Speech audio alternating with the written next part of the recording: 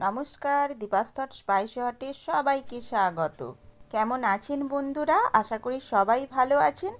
আমিও খুব ভালো আছি। কেন বলুন তো, আজকে আবার একটা চিংড়ি মাছের রেসিপি নিয়ে এসেছি।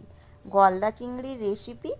সে যতই জলের পোকা হোক না কেন, আমরা তাকে মাছ হিসাবে অতীব তৃপ্তি সহকারে খেতে ভালোবাসি। আশা করি আপনারাও ভালোবাসেন। তো আজকের গলদা চিংড়ি রেসিপি, চিংড়ি মাছগুলো অসম্ভব সুন্দর, টাটকা আর বড় দাঁড়াযুক্ত, অতীব ভালো। তো এই মাছটাকে আমি এখন খোসা টোসা ছাড়িয়ে নেব।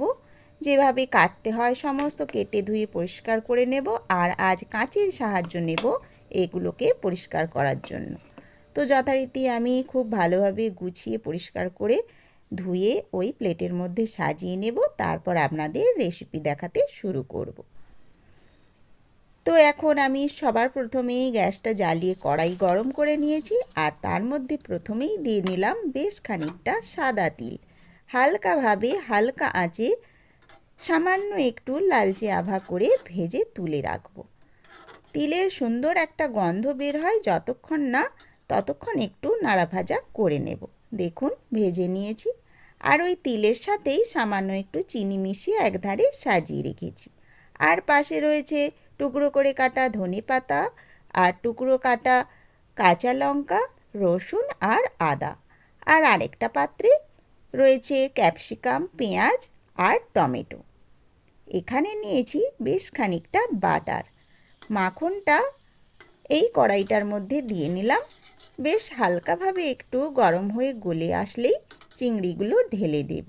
না না না, এই জলটা কিন্তু দেব না। জলটা ছেঁকে ভালোভাবে শুধু মাছগুলোই একটু দিয়ে নেব। বলে রাখি, চিংড়ি মাছটা বেশি কিছুক্ষণ আগে আমি সামান্য একটু লবণ দিয়ে ম্যারিনেট করেছি। আর দিয়েছি সামান্য একটু লেবুর রস। ওটা দেখানো হচ্ছিল না, তাই মুখেই বলে দিলাম। বন্ধুগণ, চিংড়ি একটু নোনতা ভাব, তাই নুনের পরিমাণটা বুঝে শুনেই দিতে হবে। তো এই বাটারে সামান্য একটু উল্টে পাল্টে সঁটে করে নেব। তারপরে তুলে নেব পাত্রে। তারপর ধীরে ধীরে পুরো রেসিপিটি করতে থাকব। আপনারা দেখতে থাকুন। ভালো লাগলে লাইক, শেয়ার, কমেন্টস করবেন। আর নতুন বন্ধু যারা আসবেন তারা সাবস্ক্রাইব অবশ্যই করবেন কিন্তু। তো যথারীতি মাছগুলো তো তুলে রেখেছি। এবার কড়াইটার মধ্যে ওই বাটারের সাথে একটু সাদা তেল মিশিয়েছি। তারপরেই দিয়ে দিলাম রসুন কুচিগুলো। ভালোভাবে একটু নাড়াচাড়া করে হালকা একটু লালচে বাদামি করে নেব। তারপর পরবর্তী উপকরণ যোগ করতে থাকব। বন্ধুগণ, সম্পূর্ণটা দেখবেন কিন্তু। কেমন লাগলো অবশ্যই অবশ্যই জানাবেন। কমেন্ট সেকশানটা তো খোলাই রয়েছে। আর আপনাদের কমেন্টস পড়তে আমার অতীব ভালো লাগে। তো রান্নায় ফিরে এলাম। কিছুটা যেই ভাজা হয়ে গেল, মানে রসুন কুচিগুলো, অমনি আমি যোগ করে দিলাম ক্যাপসিকামের টুকরোগুলো। তারপরেই দিয়ে দিলাম বড় বড় ডুমো ডুমো করে কেটে রাখা পেঁয়াজ কুচি। আর সম্পূর্ণ ক্যাপসিকাম পেঁয়াজ একসাথেই মিলিয়ে মিশিয়ে দিয়ে নিলাম।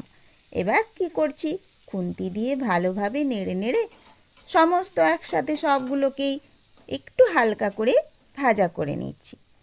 বন্ধুগণ, আপনারা অবশ্যই কিন্তু পরের ভিডিওর আপডেট পেতে বেল আইকনটা প্রেস করে নেবেন, অল অপশানে ক্লিক করবেন। মনে রাখবেন তো। তো এখন আবার রান্নায় চলে যাই। দেখুন এখন আমি কি করছি, বেশ খানিকটা আদা যে কুচিয়ে রেখেছিলাম সেগুলোও দিয়ে দিলাম। তারপরেই দিয়ে দিলাম কাঁচা লঙ্কার টুকরো। সমস্তগুলো আবার নাড়িয়ে ভাজিয়ে নেব একসাথে ধীরে ধীরে। আর একটা কথা তো বলতে ভুলেই গেলাম, কাঁচা লঙ্কার টুকরোগুলো সম্পূর্ণ একসাথে দেব না, কিছুটা আমি বাঁচিয়ে রেখে দেব। সামান্য একটুই মিশিয়ে নেব সবার আগে। তারপর নাড়ানাড়ি ভাজাভাজি। এখন আমি যোগ করে নিচ্ছি অনেকগুলো টমেটোর টুকরো, যেগুলো ইচ্ছে হলে আপনারা দানাটা বাদ দিয়েও রাখতে পারেন। তো আমি দানা সহই দিয়ে দিয়েছি। টমেটোগুলোকেও এরকম ডুমো ডুমো করেই কেটেছি। সবগুলো আবার ভালোভাবে একটু নাড়াচাড়া করে ভাজা ভাজা করে নেব।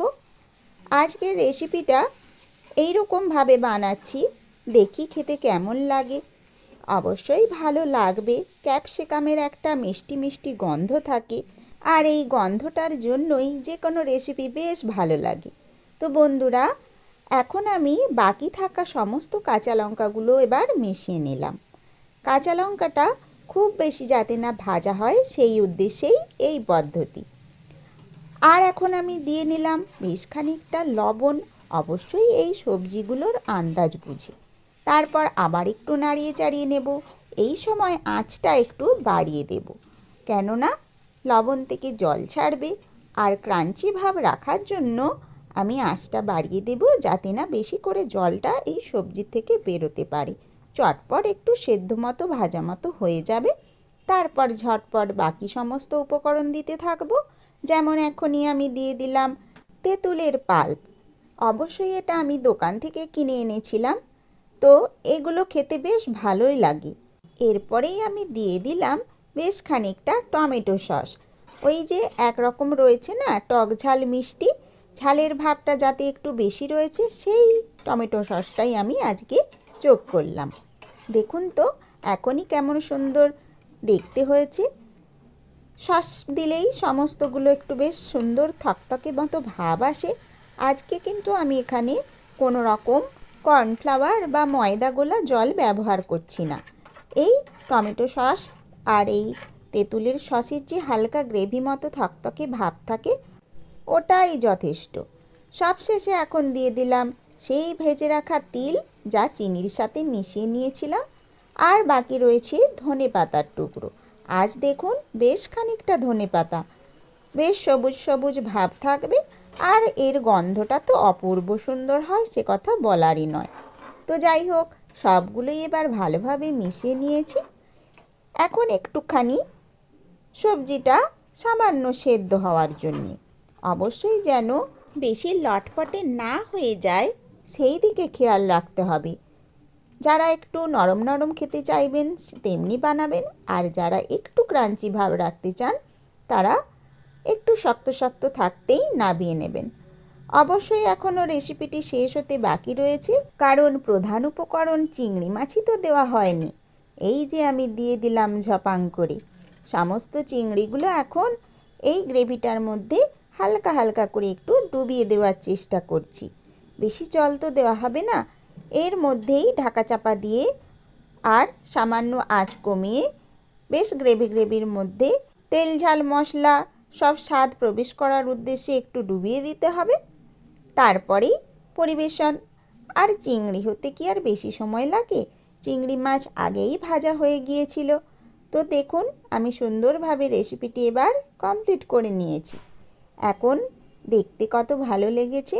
পাশ থেকে ওপর থেকে আরও একটু আলাদা করে ধনেপাতার কুচি ছড়িয়ে দিয়েছি, যাতে একটু দেখতে সুন্দর লাগে। এরপর আর কি, ওপর থেকে একটু রোস্টেড তিল আবার ছড়িয়ে নেব, তাহলে আরও দেখতে ভালো লাগবে। আর হ্যাঁ বন্ধুগণ, যখন মাছটা সেদ্ধ হবে তখন সামান্য জলের সাথে সামান্য একটু ভিনিগারও মিশিয়ে নিয়েছিলাম। এটা জানানো জরুরি ছিল, কেননা সেই সময় আমি বলতে ভুলে গিয়েছিলাম।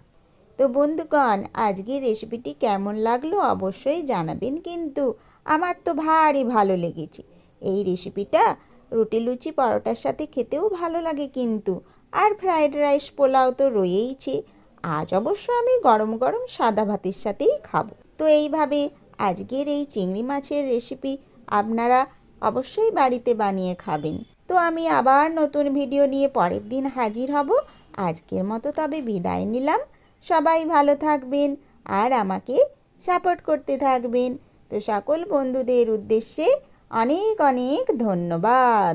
টক ঝাল এই গলদা চিংড়ি দারুণ লাগবে খেতে। রেসিপি দেখে লাইক দিও ফিরে যেতে যেতে। যেমন গড়ন তেমন বরণ গলদা চিংড়িটার। ভালো লাগলে ফিরে আসবো অন্য দিন আবার।